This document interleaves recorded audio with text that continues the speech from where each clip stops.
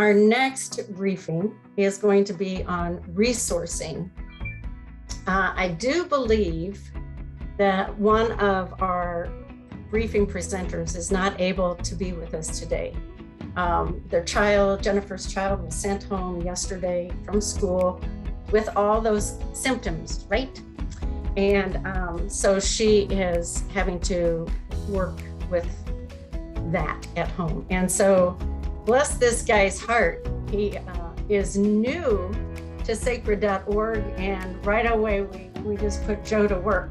So I want to introduce Joe Barber to you, and clergy. He's been serving in San Antonio like forever. He's on the west side, and he has recently joined the board of sacred.org.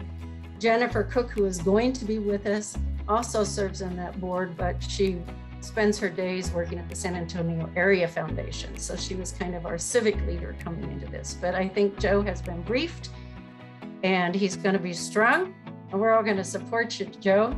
And I want to thank you for coming and being with us. It's all yours. Good afternoon. Thank you so much. And my dear friend, I started with this. I make a joke. I say, you have to be careful, when you respond to Anne's messages, because when you respond, you might be volunteering to do something. The message was, did you have any plans for January the 11th? And I said, no. The next thing you knew, I was presenting. So that's how that worked. I saw my name on the email saying I was being a co-presenter. I'm here this afternoon, basically, to talk about resourcing. Many years ago, I had mentioned about many years about being involved in the field many years. I'm a licensed chemical dependency counselor. I started doing this thing over 25 years ago. Resourcing became kind of like the lifeblood for me as an HIV outreach worker. I worked for my practical out was done with the community clinic, and we were doing street outreach, and we were doing testing on the streets for individuals that were intravenous drug users. So one of my assignments as a practical student was to go through the yellow pages and all this and contact all the treatment centers, all the hospitals, all the food banks, all the churches, and to find out what services they offered. And I had to take my legal pad and I would write down who's the contact person, when do they have food, do you need ID, all this kind of stuff. And I would compile all this information as part of me going out on the streets, because most of the time people on the streets would have interesting situations that they needed to answer to a problem at the time. And my value to them at the time was being able to provide them with the resource. And the worst thing that you could do is to put your word out there and you couldn't deliver. So I had to make the calls and check with the people and make sure that they did what they said they were going to do and everything before I put it out on the streets. Trust is very important if you deal with an outreach thing, that you have to be, your people that you serve have to trust you. So that started my thing into the resource and being able to have a bag of names or a card box where you would be able to say, I can call this person at this day, or this person to do this, or this organization to do that. That started my foray into the need for resources.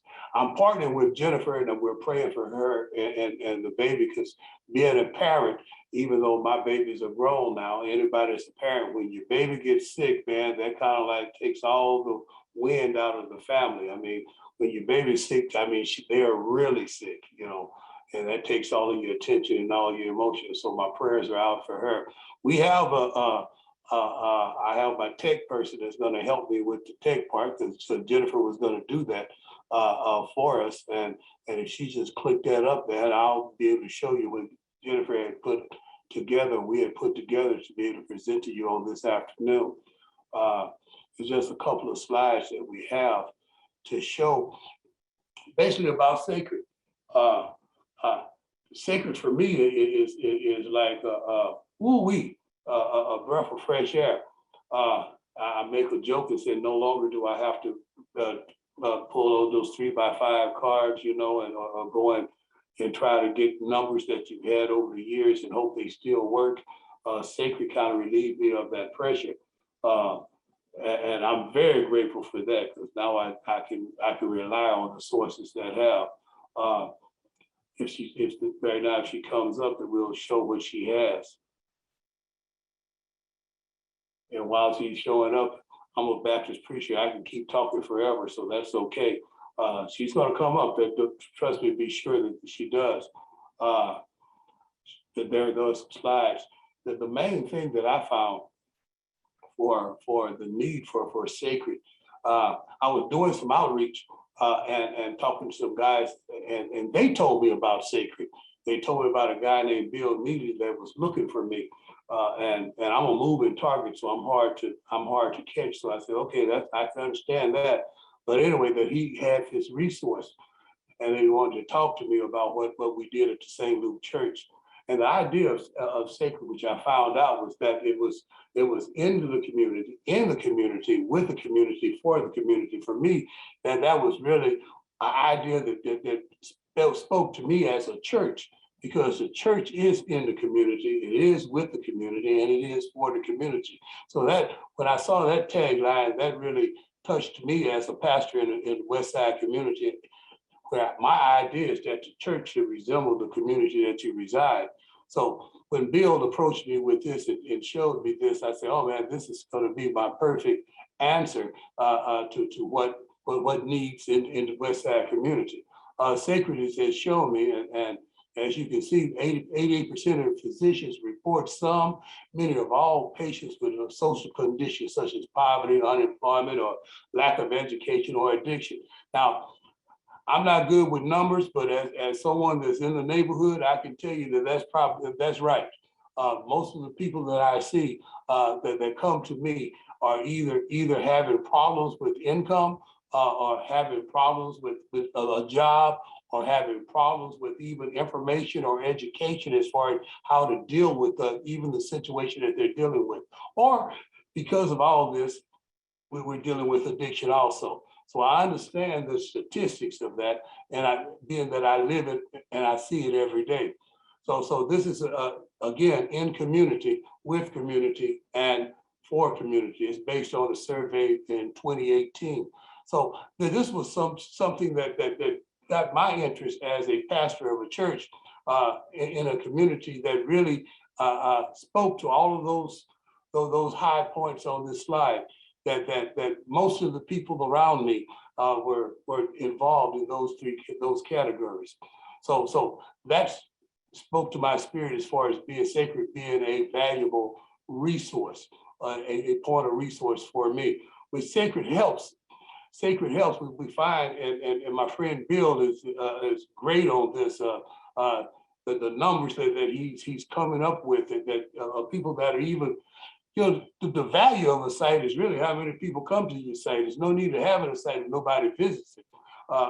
And Bill has given us tremendous numbers. And I believe he was talking about 6,000 visits per week. That's quite a bit of people that are searching for our information or want to use or look for a resource. So we're looking at their needs, and their needs we go from food or rental assistance or transportation assistance, mental health care, which we've heard some tremendous information about the mental piece, child care or adoption and foster care programs. These are the most searched helps that are being looked on a weekly basis, as I should say, on a weekly basis. And then you find that people are asking about COVID testing location, especially lately. Hope Team ID restoration or emergency housing assistance program. That speaks to my community as particularly because there are a lot of homeless people, or people looking for a place, or people looking how to pay their rent, or how to be able to make it to the next month. So I get a lot of inquiries on a weekly basis of someone coming to the church asking me about rental assistance, about testing, or about these other things. So sacred helps in being able to provide the resources or the information for an individual to be able to access that information. Again, in community, with the community, for the community is really the kind of the tagline that I feel that speaks to the resource or the effectiveness of sacred in the community, in this work. We find for me, as a pastor, I really valued this. And I gave you a little history of me as far as a addiction counselor.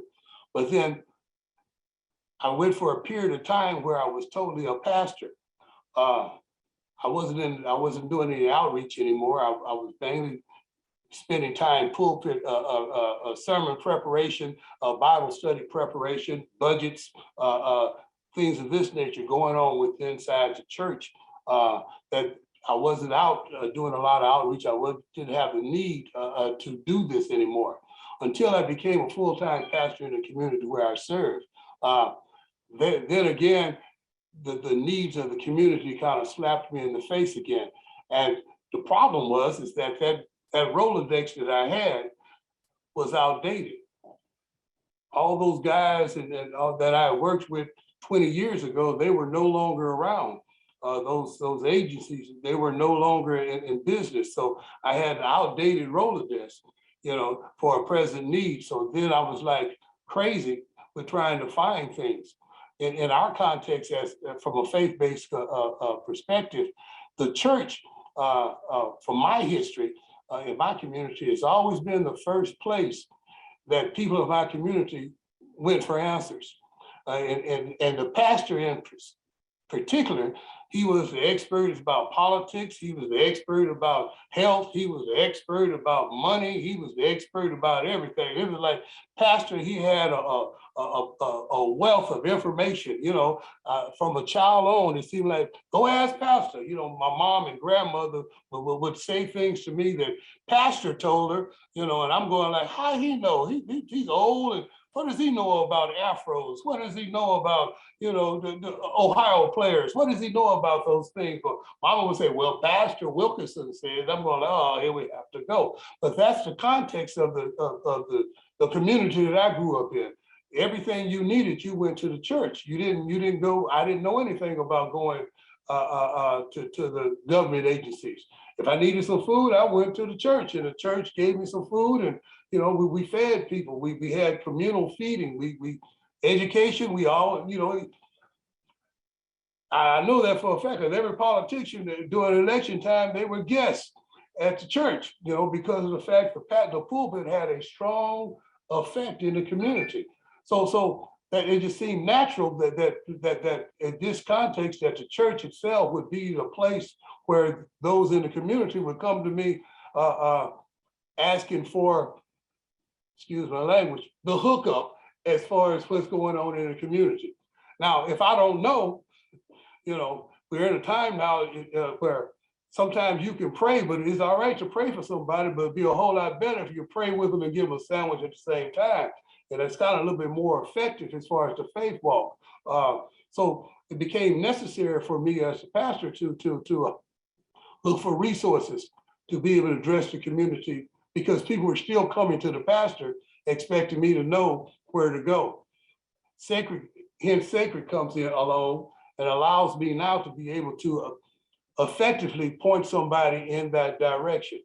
The challenge is for me is that not having a staff, being a small church, sacred is great, because now I don't have a social person that's full-time staff member that I can say, go see my case manager staff, they're here, so and they can take, no, I'm the guy. So that's great, because now I have a tab that I can say, okay. The challenge is to be able to educate the church from the pulpit. I heard someone say that in one of the other sessions, from the pulpit about the effectiveness or the availability of sacred for their own usage. But here's the challenge. In my context, is that a lot of people, that I don't know if anybody felt that, but we went to Zoom, and I found that many of my congregants didn't have a computer. They didn't know nothing about this Zoom thing you're talking about, Pastor. So I had to I had to take some of my millennial members and help them to teach my seniors on how to navigate a computer or how to even navigate the cell phone. Because they didn't know that the cell phone could do those kind of things, because all they did was answer it and hang up. In fact, I just had a friend of mine that said, man, all I use my phone is to dial out and receive a call. He said, I don't get involved with Facebook or text message. And I'm going like, man, come on, fella. But that was the challenge in a small church, to be able to educate the families. So here's again the partnership with Sacred coming in and allowing us to be able to educate members on how to use that portal, because if you don't know how to do it, you're not going to access it. So here's again, everybody's looking at the pastor. So now that was a challenge. Another challenge that we find in the churches, as far as being able to use this, is to be able to cross the denominational barriers or the congregational barriers, that where I have a resource, but I won't share it with the church down the street for the fear that I may affect the membership that I have. So it becomes a challenge when we have to deal with the resource to be able to take this technology and take it to another church, to another church, to another church, so that congregation will still maintain the faith in that pastor over that congregation as far as leading them in that direction. So that's the challenge that we have with Sacred right now, getting it from, say, one church, or where one church say, Pastor Joe, he's the guy that knows about this. Everybody go to Pastor Joe, to say, no, all the pastors know about Sacred. Just go to your pastor and he can help you take care of this thing, which is, I feel, is the challenge that we have right now, as far as small congregations, being able to take it into that context where everybody is on the same playing field. And it doesn't matter about my denomination. It doesn't matter about faith. It matters about life, about being able to connect, which is something that we're facing right now in 2022, just being able to connect. Sacred allows me to be able to pass on information, relieves me from knowing, hey man, I don't have to carry all this information in my briefcase. Someone knocks on my door, I don't have to be afraid to engage them because I don't know the answer. Sometimes you're afraid to engage people because you're afraid that they're going to ask you for something that you can't provide. So Joe, let's take a breath and let's go into breakouts so people can actually, those who go to resourcing, will see how Sacred works. Okay. Can we do that? All right. Yeah. Thank you much. Talk to you later. You did great. You really stepped up, man. What a leadership model. That's what we're talking about. I want to tell you something, Ann. I love you, okay? I love you too. Thanks for trusting me like you do.